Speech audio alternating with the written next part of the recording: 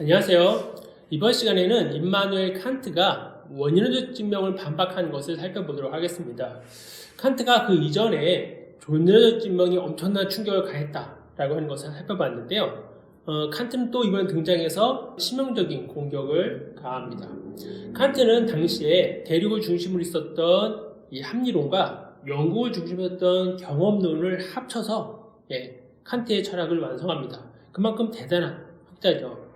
칸트는 순수이성 비판이라는 책에서 사람이 경험에 의존하지 않고 이성적으로 얼만큼 알 수 있을까, 진리를 얼만큼 깨달을 수 있을까라고 하는 고민을 합니다.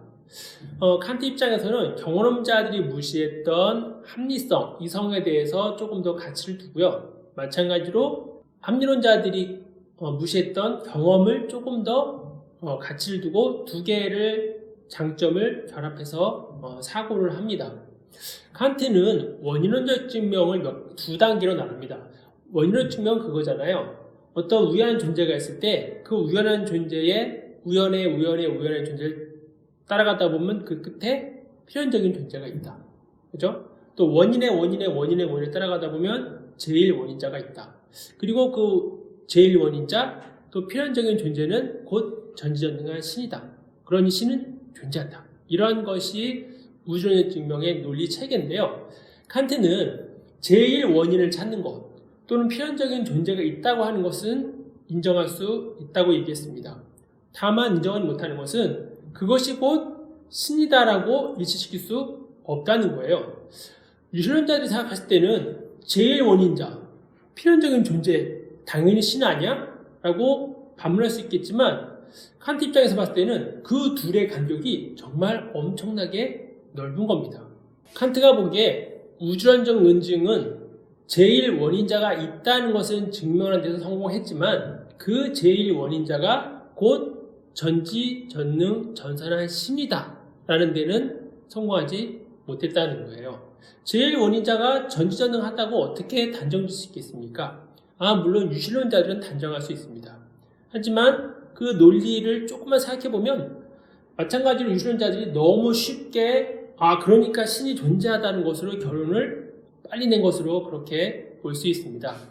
칸트 또한 데이비드 흉처럼 경험하지 않은 것을 가지고 지나치게 이성적으로 또 합리적으로 생각하는 것의 한계를 지적을 합니다. 그리스의 철학자 제논이라고 하는 사람이 제논의 역설이라고 하는 재미난 이야기를 합니다. 토끼와 거북이가 100m 달리기를 합니다. 토끼가 더 빠르죠. 그러니까 거북이를 한 1m 정도 출발선에 먼저 세워놓고 달리기를 합니다. 이것이 토끼고요. 이것이 거북이면 거북이가 한 1m 정도 먼저 출발을 합니다. 출발을 하면 토끼가 더 빨리 가니까 거북이가 있는 그 자리까지 가게 되겠죠.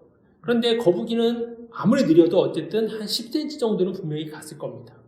그러면 토끼가 거북이 있던 자리에 도착하면 거북이는 그만큼 좀 먼저 갔겠죠. 토끼가 빨리 달려서 거북이 있는 곳을 따라잡으면 거북이가 아무리 안 가도 한 1mm는 갔겠죠. 결국은 거북이가 또 토끼보다 앞에 있습니다.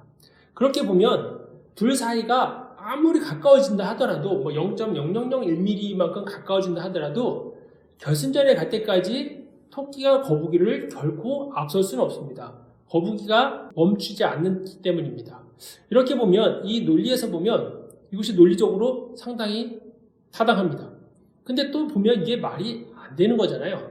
그러면 정말로 거북이와 토끼가 달리기를 했을 때 정말로 토끼가 먼저 도달하지 못했는지를 한번 시험해 보면 됩니다. 달리기 해보면 되죠. 그러면 쉽게 알 수 있습니다. 토끼가 훨씬 빨리 도달할 것입니다. 그런데 신이라고 하는 존재는 좀 다릅니다. 제 원인을 따라가고 그리고 필연적인 존재 거기 있다라고 하고 그리고 그것이 곧 전능한 신이다라고 결론을 내렸는데 그것을 누가 경험할 수 있겠습니까? 경험할 수도 없고 관찰할 수도 없는 거죠. 그러니 그것을 그 제일 원인이 존재하고 또 그 제일 원인자가 곧 신이다라고 단정을 지은 우주론적 증명이 얼마나 허술한지가 드러납니다.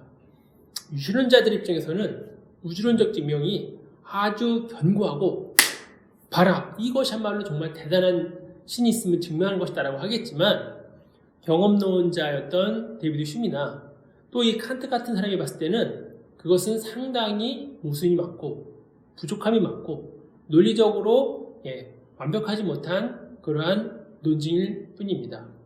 칸트가 보기에 데이비드 흉보다는 칸트는 제1원인까지는 인정을 했으니까요. 조금 더 이성적으로 또 합리적으로 생각한 것은 맞죠. 하지만 제1원인자가 있다 하더라도 그것이 곧 전지전능 전산한 신으로 일치되지는 않는다는 것을 칸트가 증명해 줍니다.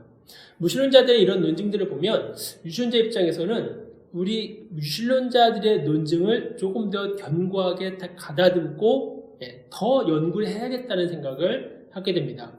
무신론자들이 왜 신이 없음을 저렇게 주장하지 이상한 것이 아니라 방법을 조금만 바꿔보면 그들이 말하는 신이 없음이 어찌 보면 상당히 이유가 있고 합리적이고 철학적이고 논리적이다 하는 것을 보게 됩니다.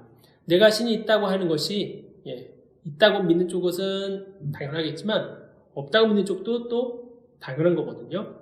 그러니 신이 없다고 말한 이런 칸트의 이야기들도 한번 자세히 들여다보면 신을 찾는 여정이 그렇게 쉽게 호락호락하지 않다는 것을 알게 되고요.